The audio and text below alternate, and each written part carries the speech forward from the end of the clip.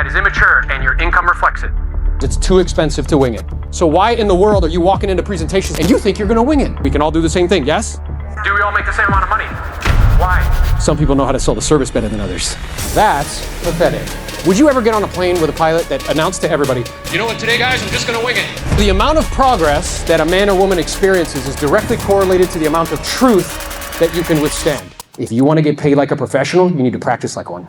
You think somebody sprinkled magical fairy dust on me? Skills, guys. The gentleman that's about to come on stage, I've known for many years. He's by far one of the most impressive people I've met in our industry that is so intentional about the way that he executes on the presentation. It's my pleasure to introduce my friend, Aaron. What's up? What's up? I have a question for you. Actually, a statement. And the issue is what does a statement mean? The money's not in the service, it's in the selling of the service. Does that mean that we don't give good service? Is that what that means? No, that's not what that means. The good service is expected, yes? If you guys go to Publix or you go to Sedano's, do you freak out when they have groceries? You're like, oh my God, they have groceries today. Is that what happens?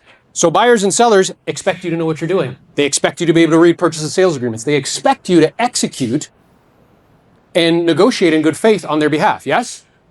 This truth, I became clearly aware of it at the beginning of my real estate career when I first started selling real estate, because the company that I decided to partner with at the time, they had a 3-week training program before they would let us go out into the wild and interact with other humans, yeah? Which good for them, because that was like 3 weeks longer than most brokerages' training programs, yes? And this training program, it culminated in a live listing presentation that you had to give in front of the entire company, including the broker. Some of you guys' eyebrows like, holy smokes, I would have been out, yeah? But if you're competitive like me, you probably just sat up a little bit in your chair. I'm also motivated by significance, so I wanted to take this opportunity to really shine. So I took this presentation really, really seriously. Like, go through this presentation. At the time, there were flip charts, and I really was ready to crush this thing. How many people have heard that saying, failing to prepare is preparing to fail? Yes? I was not going to fail. And the way that they structured this presentation is they paired you off with another new agent in the company, right? And you had to be the seller and them the listing agent and vice versa. And this was in front of your peers and in front of the broker. And it became painfully evident that the person that they prepared me with did not prepare at all. Tried to rely on his personality, and he showed up wearing jeans and a t-shirt. And here I was completely prepared, dressed fresh, like $1,000,000, ready to rock. Contrast is the way that we see biologically. We need light and dark for our eye to see. Well, it's the same way we see metaphorically, right? And I had a mentor at the time. He said, Aaron, it's actually really easy to get rich. And I said, what are you talking about? Everybody seems to have a really hard time with that. He's like, yeah, you know why? I said, why? He said, very few people are actually trying. They're just trying to get enough. And I started to go about obsessively and obnoxiously practicing what to say and how to say it, because there's 7 different conversations that you need to master if you want to be a world-class listing agent. You need to master setting appointments. You need to master pre-qualifying those appointments, which you guys are learning is a thing, right? As Leo was saying, you didn't have to pre-qualify ever. Now you do. You need to learn how to present. You need to know how to handle objections and close, because when everybody shows up, are they like, oh my God, I love your glasses, I'm going to pay you 6%. Is that what happens? No, they say, I've never heard of your company, your commission's too high, can I have a shorter listing agreement? Yes. Then you have to learn how to get price reductions, which is a new skill that you guys haven't had to use in an extended period of time. And then you got to learn how to present offers that come in less than the asking price. Oh, how dare they do that? And these are all skills. Skills pay the bills. Lo and behold, wouldn't you know, I went from making $13,000 my first calendar year to doing 17 transactions to doing 50, 75, 89, 100, did 100 deals for 10 years in a row, did 200 deals a year twice, 80% from listings sold. I never wanted to have to look at my significant other and say, hey babe, we can't send the kids to private school. Do you know why? Because they told me my commission was too high, I verbally vomited and walked out and they listed with somebody else. So now I'm no longer concerned, truthfully, for myself, for any of the agents that I have the good fortune of working with in my coaching company, or any of the growing agents now in our organization at EXP that's in 17 states and 3 countries with regards to what to say and how to say it, because I know, guys, the same way I know the sky is blue and the grass is green, that if you take this skill seriously in a capitalistic society and you learn how to sell, you will be one of the highest paid people in that society. Finish this statement. Tell me if you believe this. Salespeople do good and solve problems. You feel that in the room? Some of you guys are like, How can you possibly be like a fantastic, amazing salesperson if you don't believe that? I spent the last 17 years of my selling career. I sold 2,000 homes, 80% listings sold. I started a coaching company 10 years ago. It was named by Housing Wire, top 25 coaching companies. Agents that want to know what to say and how to say it. I've coached some of the top agents across the country and internationally. Abel, personally, for 6 months, and his team. And I used to own part of a Keller Williams office in Broward County. I sold it back 3 years and 10 months ago. And in that time frame, I've attracted 515 agents, 17 states, 3 countries to the Elite Builders at EXP. You guys can clap. Yeah, that's pretty good. Yeah. Okay. Because it's too expensive to wing it. And I'm going to give you tactically and practically, specifically what to say and how to say it. So that way you guys can become a dominant listing agent in your market. Who's up for this? Say aye. I'm sorry. High energy equals high income, guys. The energy that you bring to information is the same energy you're going to bring back to the information when you revisit the information. Okay? So I'm going to ask you again. And this time I need you to respond with the appropriate amount of energy.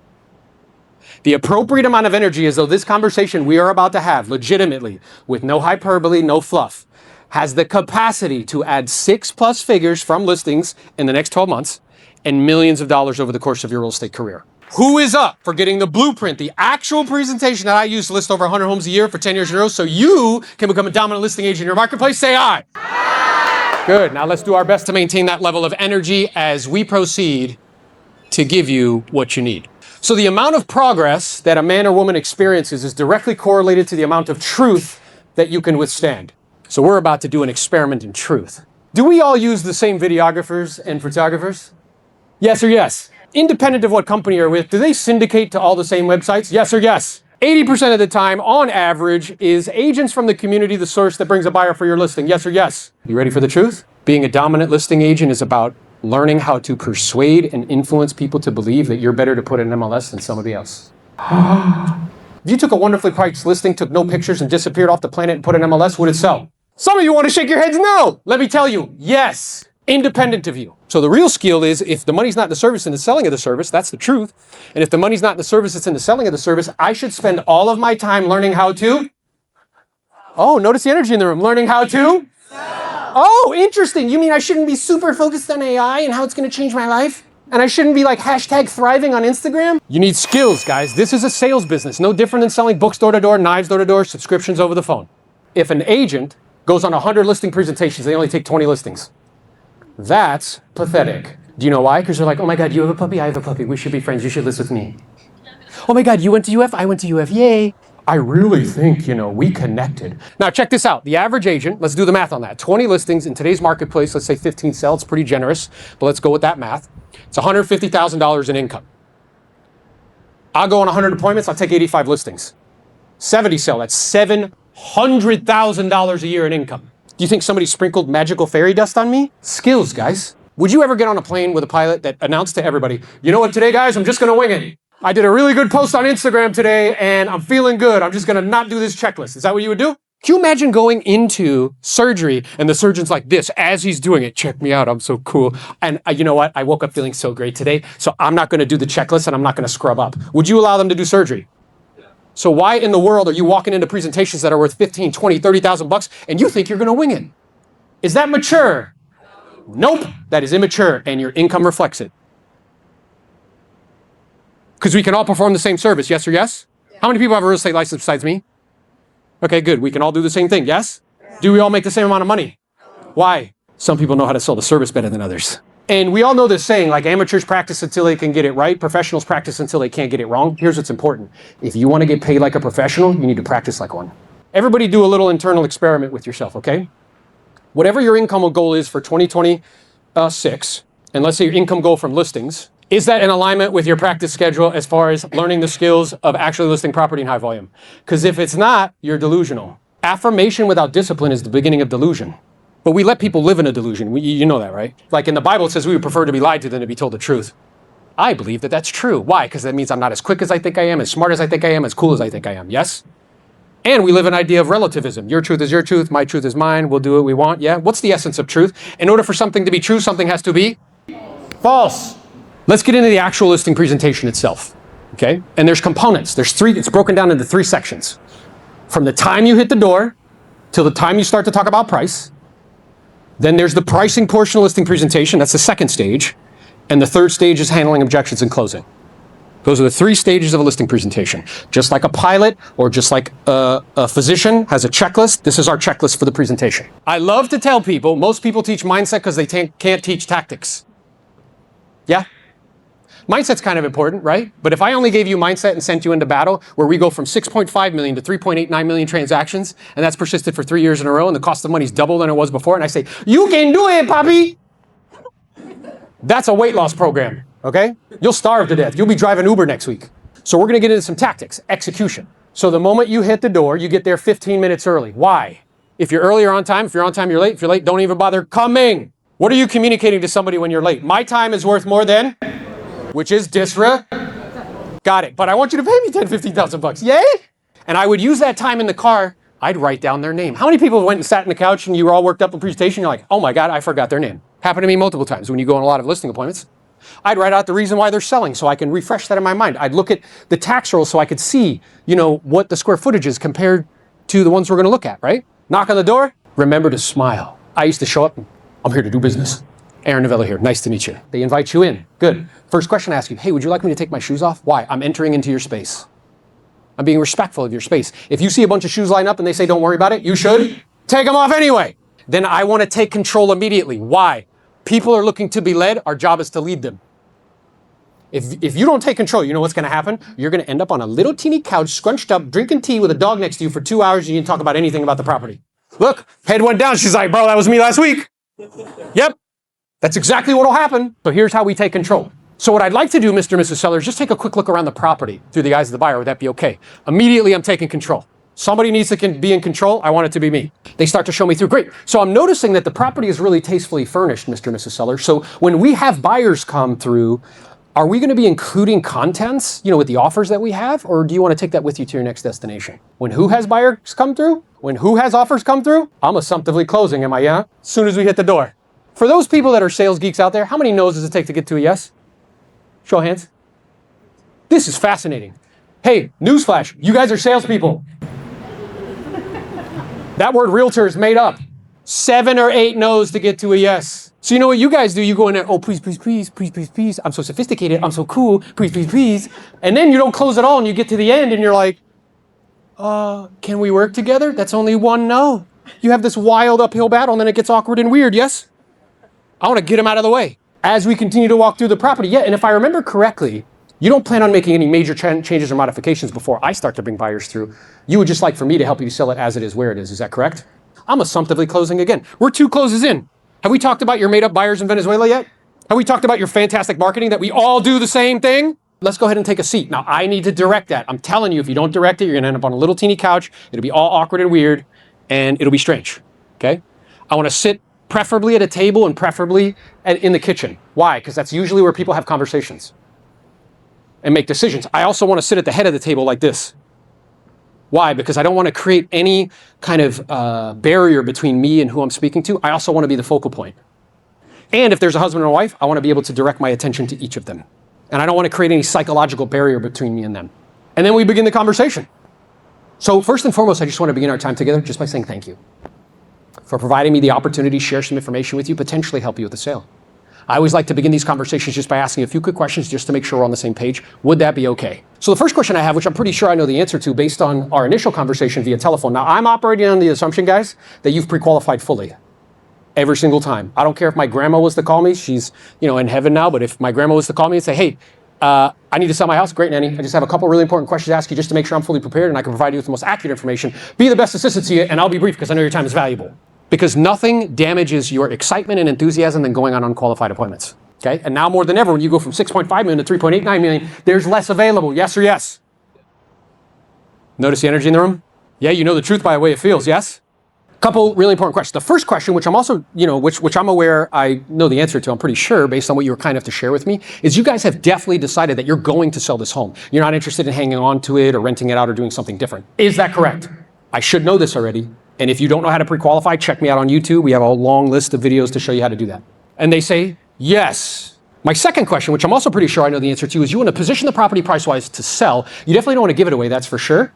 At the same time, you're not interested in having it sit on the market for 6 or 7 months and just testing the market. Is that correct? Yes. What am I getting him in a pattern of saying? Yes. Third question, which I'm pretty sure I know the answer to. I'm aware I sent you over some information in preparation for connecting. I'm sure you did some due diligence. You checked me out online. You saw track record and reviews. Now, everybody watch my head. Watch what I'm about to do. So have you already decided that you would like for me and my team to help you with the sale? See, she's like, I know what's happening, but I'm still saying yes. Right? Like, a little bit, yeah. Smile. Have you already decided you'd like for me to help you with the sale? She's like, yeah, I would. I think so. Great. You're either going to say one of three things, which, by the way, that's another close, is it not? So we're 3 in. Have we talked about your made-up buyers yet and your wonderful flyers and your silly open houses that don't sell homes? Did you talk about any of that yet? Okay, just checking. And they're either going to say yes, no, or maybe. If they say yes, you do the internal happy dance. Great. We got a listing. Go into the pricing portion, then we're taking care of paperwork. If they say no or maybe, here's what we say in response. I understand this is a big decision and you want to make sure you're making the best decision possible. I want to be clear, though, that is my intention. So provided that what I say to you makes sense and you feel comfortable and confident with me and my team that we can help, I brought all of the appropriate paperwork with me and I'm prepared to go to work for you today. Fair enough? Did I just close again? Yep. Yes. And what did I let you know? Hey, we're not here for tea and crumpets. You're not going to get off that easy. Along those lines, you were kind enough to share with me, in terms of the selection process of an agent, you were looking for somebody who has a great track record, great reviews, somebody who could give you some referrals, to help prepare the property. Was there anything else you were looking for from me today that would cause you to feel comfortable and confident to go ahead and put me to work and hire me?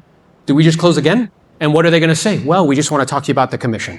Okay, no problem. The professional fee is one of the tools that we use to market the property, so we'll go over the options that you have because I want you to feel comfortable with the one we end up choosing. I can promise you this, that will not be a reason why we don't do business. We will be able to come up with something that's mutually beneficial to all parties because I want us both to feel good about what we're doing, otherwise we won't do it. So that won't be an issue, and it sounds as though, provided that we can check off all those other boxes and we can come to an agreement, which I know we will, then there's a good chance we'll be able to go to work. Are we getting everything out on did they just tell me what their main objection is? Do you guys go over there and be like, please, don't ask me about the commission, please. Yes?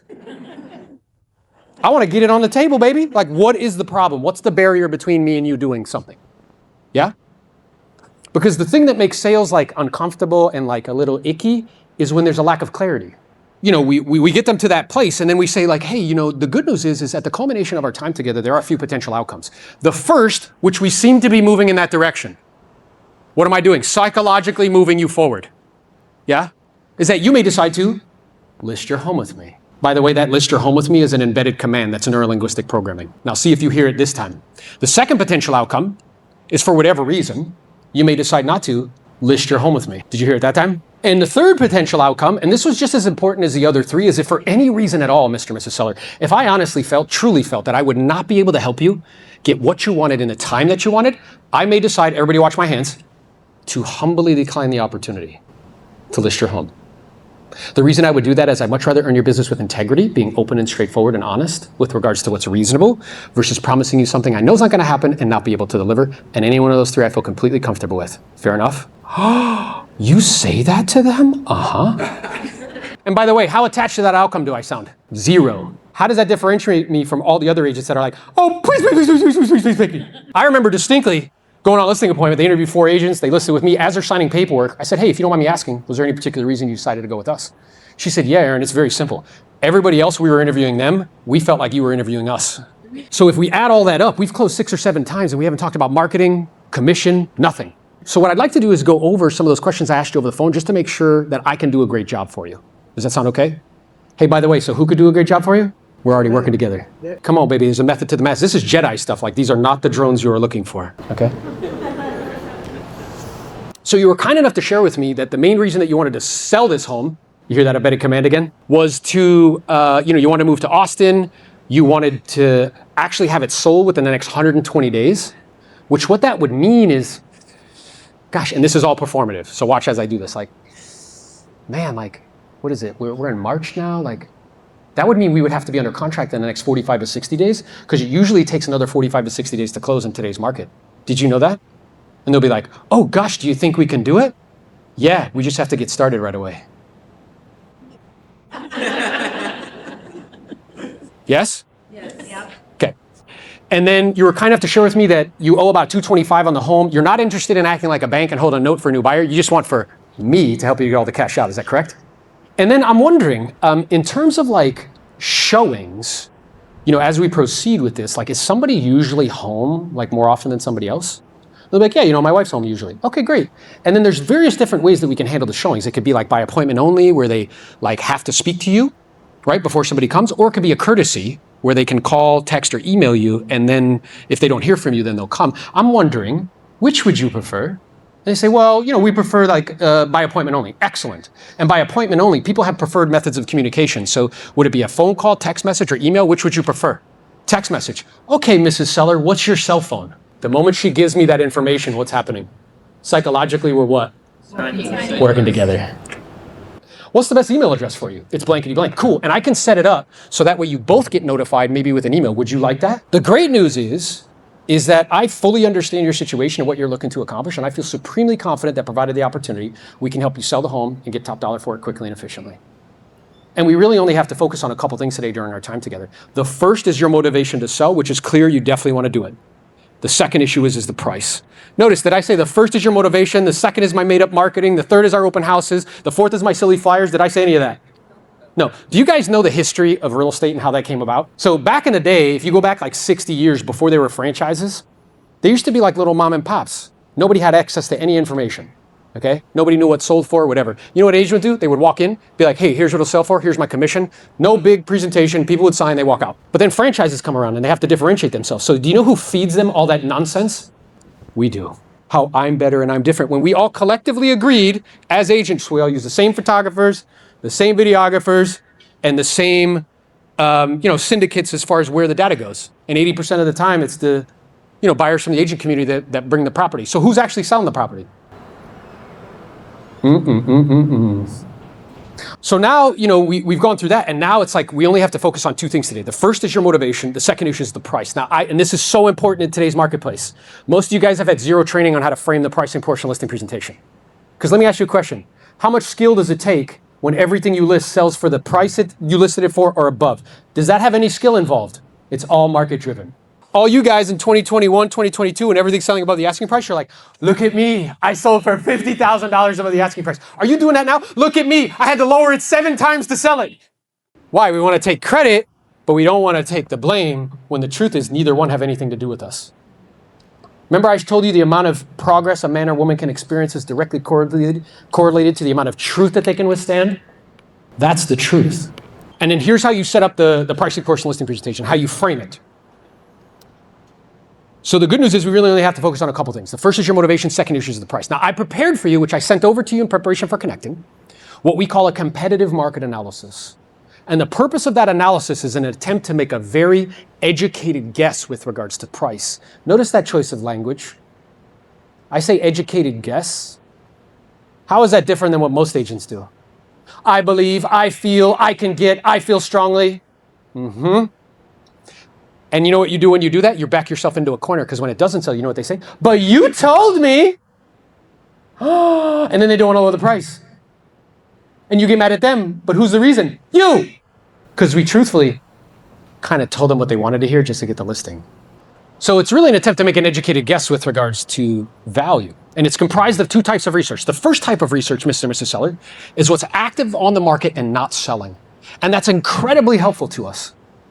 The reason why it's incredibly helpful is because your neighbors have done us a huge favor. Do you know what it is? They've tested the market for us at certain prices and it's not working. It's very helpful. We can learn from that. The second piece of data we'll take a look at is what has actually sold and closed most recently. And as you know, I don't need to tell you what something's worth is what somebody's willing to pay for it. So as we look at these two pieces of data together as a team, what's going to come to the surface is not a pinpoint to the penny in terms of price, but instead it's going to be a tight, realistic range as to what's going to be reasonable. And then from there, it's going to come down to strategy, because how we choose to price the property is a strategy and attempt to get the most. We'll go over the strategies that you have at your disposal, because I want you to feel comfortable with the one we end up choosing. Whatever you decide, I'm going to support you 100%. Think about how different that is than the way most agents present price. They're not presenting it collaborative, and they're not helping the seller self-discover. They're trying to be authoritative. I think we need to all humble ourselves, okay? Do you know what it took for you to get your real estate license? You had to get a C on a test, a 75. Have $1,000 and not be a felon. That's the criteria. And you think, I'm omnipresent and all-knowing about real estate. Guys, I talk to agents all the time. Most of you guys don't have your own economics under control, much less trying to talk to other people about economics. Help them to self-discover. This is supposed to be collaborative. Authority is the lowest form of influence. How many of you guys say, oh, well, I'm the top agent in the neighborhood? You'd be like, bro, are you serious right now? Because I don't care. What do sellers care about? How much am I going to get? How long is it going to take? And can you help me? As we continue in the pricing portion of listing presentation, now the purpose of the competitive market analysis is really an attempt to make a very educated guess with regards to value. I always like to ask homeowners, are you familiar with the way buyers determine value? What are they going to say? Yes, I know, or no, I don't. I don't care what they say. Yeah, you're right. Essentially what they're going to do is they're going to comparison shop. They're going to look at the price that we ultimately decide to set on the property, the features and amenities it has to offer or lack thereof. They're going to compare that with other features and amenities of other properties that are on the market and their price. And from all that information, they'll make a determination as to where they feel comfortable making you an offer. Does that make sense to you? So here's the important part. If you're taking notes, write this down or pay attention. So as we review this data together as a team, I find that it's incredibly helpful to really do our best to try to look at this through the eyes of the buyer. Watch what I do with my hands, because I'm aware that the buyer's hat is different than the seller's hat. Every time you do this in person, do you know what they're going to do? They're going to nod their head. It's an internal awareness of that truth, okay? So as we review this information, the question to be asking yourself, Mr. and Mrs. Seller, is if you were going to buy this home all over again, having seen what's active on the market, not selling, seen what's sold and closed most recently, realistically, where would you feel comfortable making an offer that you believe would be reflective of fair market value? Because more likely than not, a buyer would feel pretty similar to you. Does that make sense? Now listen to that language. Everything after the word realistically has to be what? Realistic. When I say the word fair to you, do you know how much a wild concept of fairness we have in the United States? Like if it's not fair, we freak out. I think everybody knew that like people, remember that scandal where like all the celebrities were paying money to get their kids in schools? I think we all kind of knew that happened, but once it became like evidence that it happened, we freaked out. People need to go to jail. So when I say realistically and fair, what are you thinking in your mind as a seller? I have to be realistic and I have to be fair. I'm framing them how to view this data. Because are they going to view it more accurately from a buyer's perspective or from a seller's perspective? The buyers. And you guys see this all the time, right? Your seller will be like, oh my God, I redid the doorknobs. I have mallards come in the backyard. That's got to be worth like $50,000. Yes?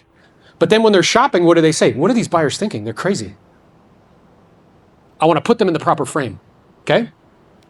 And then when we get them in that frame, then we start to go over the market analysis. Now, I'm aware of our time and I want to be respectful of that, perhaps, because the third section of the presentation is where we start to handle objections and close, okay? After we come to an agreement in terms of price, we seem to be in agreement on strategically where to position the property price-wise. So do you have any other questions or concerns for me before we take care of the appropriate paperwork? Another trial close, then they're going to start to object.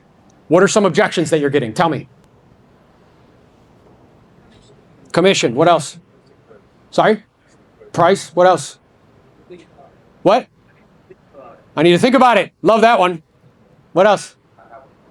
I have a friend. Or I have one more interview. Yeah? So that's a whole separate conversation that you need to master on how to close. But I wanted to make sure that you guys have the framework. Is everybody clear that you're equipped with the framework on how to walk into a listing presentation, take control? Yes or yes? Yes. Good. So, and perhaps maybe we'll do this in the future and we'll do objections and things of that nature. So what I want to end this meeting the same way I end all my meetings, because high energy equals high income. Everybody stand up. I know you guys have been sitting for a while. So what we're going to do is we're going to do 2 claps on Ric Flair. Okay? If you don't know who Ric Flair is, I feel bad for you. Look him up on YouTube. Okay? So what's going to happen is I'm going to say, give me 2 claps on Ric Flair. And everybody's going to go clap, clap. And then it's woo, like let it all out. And I want you to let it out in such a way that if there's anybody in this space and they're not associated with this event, they are like, what in the world are you guys on? Okay? Everybody got it? Yeah. And again, this level of energy as though 2026 is going to be the year that you commit to your skills. Right? Because skills pay the bills. Oh, you feel that energy? It's so good. It's like delicious. All right. Give me 2 claps on Ric Flair. Woo! My name is Aaron Novello. If I can help you or be of assistance, let me know. Peace. Most people in real estate and honestly in business are stuck doing one thing, chasing. I always felt like I was chasing. And they think that's just how it works. More calls, more effort, more grind. Average like 5 to 6 hours a day, getting 50 to 80 contacts a day. But what if that's not the game at all? Here's what most people don't realize. Every single person that's here started off listing property and that's it. Same starting point, same basic skill set, no crazy advantage. People think top producers are just built different, but they're not. The difference is simple. They didn't stay where they started. Most people stay stuck in this phase right here. 50 to 80 contacts a day. That's effort, that's discipline, that's work, but it's also a trap.